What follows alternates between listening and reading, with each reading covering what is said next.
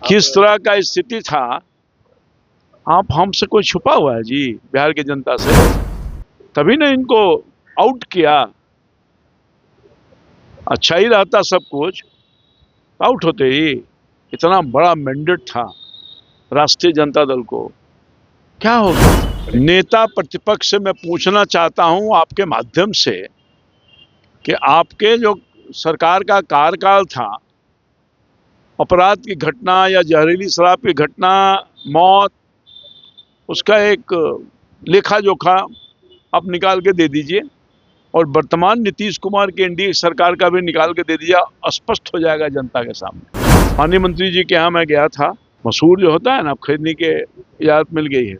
हमने कहा है कि और भी दलहन में जो चना इत्यादि चीज है उसके भी अनुमति आप प्रदान करते तो कि बिहार के किसानों के हित में होता, और आगे आने वाले दिन में कुछ अच्छा ही होने वाला है बिहार के किसानों को। बंगाल को नर्क कर दिया है ममता दीदी ने।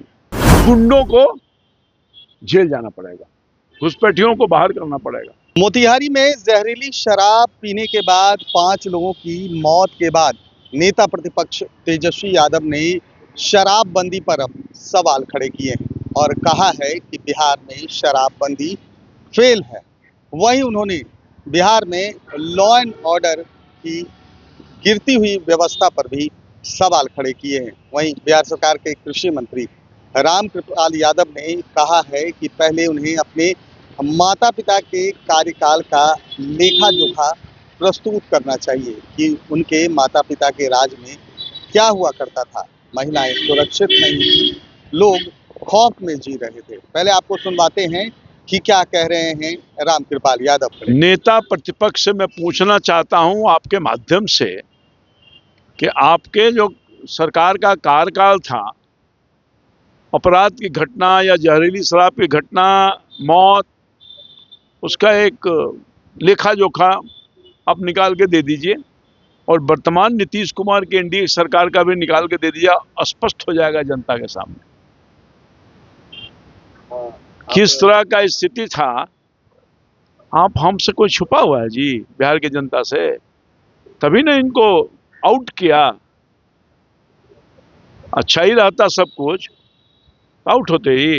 इतना बड़ा मैंडेट था राष्ट्रीय जनता दल को, क्या हो गया?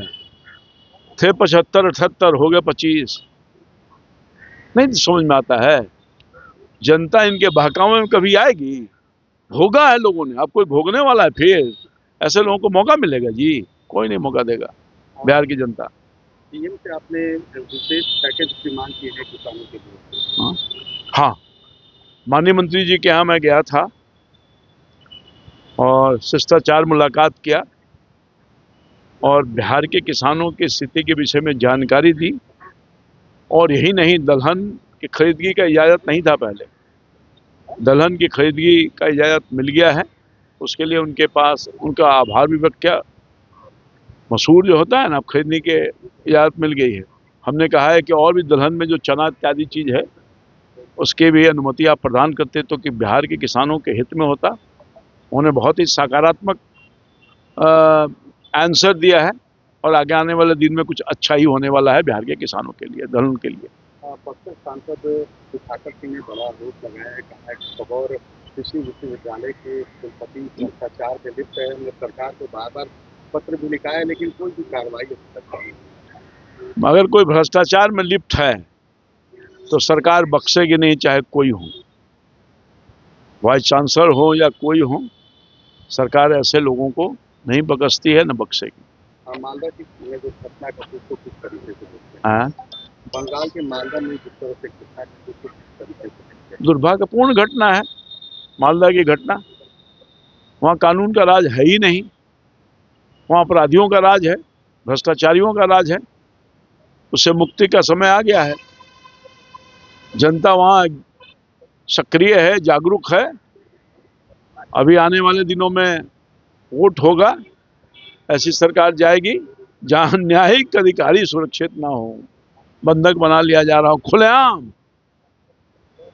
जहां भ्रष्टाचार के मामले की जांच करने वाली एजेंसी के सामान को, कागज पत्र को वहां के मुख्यमंत्री स्वयं, इतिहास में शायद पहली दफा होगा भारत के आज़ादी के इतिहास में कोई मुख्यमंत्री अपने काले कारनामों के कागजात को शासन के साथ जा करके छीन कर ले जाए, कहीं सुना है? ये सब बंगाल में ही हो रहा है। नर्क है, नर्क। बंगाल को नर्क कर दिया है ममता दीदी ने। उसको स्वर्ग में करने का काम भारतीय जनता पार्टी की सरकार करेगी। अमन चैन बहाल होगा और कानून का राज स्थापित होगा। गुंडों को जेल जाना पड़ेगा, घुसपैठियों को बाहर करना पड़ेगा। तो आपने साफ तौर पर रामकृपाल यादव को सुना, वो कहते हुए नजर आ रहे हैं कि पहले तेजस्वी अपने माता पिता के शासनकाल का जो है लेखा जोखा दें, फिर वो नीतीश सरकार पर सवाल खड़े करें। वहीं किसानों को विशेष पैकेज को लेकर केंद्रीय कृषि मंत्री से मुलाकात पर उन्होंने कहा कि हमने बात की है, अब बिहार सरकार और कृषि विभाग तिलहन की जो है खरीद करेगा, साथ ही साथ जो दलहन है उसकी भी खरीद करेगा। वहीं सुधाकर सिंह के आरोप पर उन्होंने कहा है कि जो भी भ्रष्टाचारी हैं उन पर अब प्रशासन का और विभाग का कहीं ना कहीं डंडा चलेगा।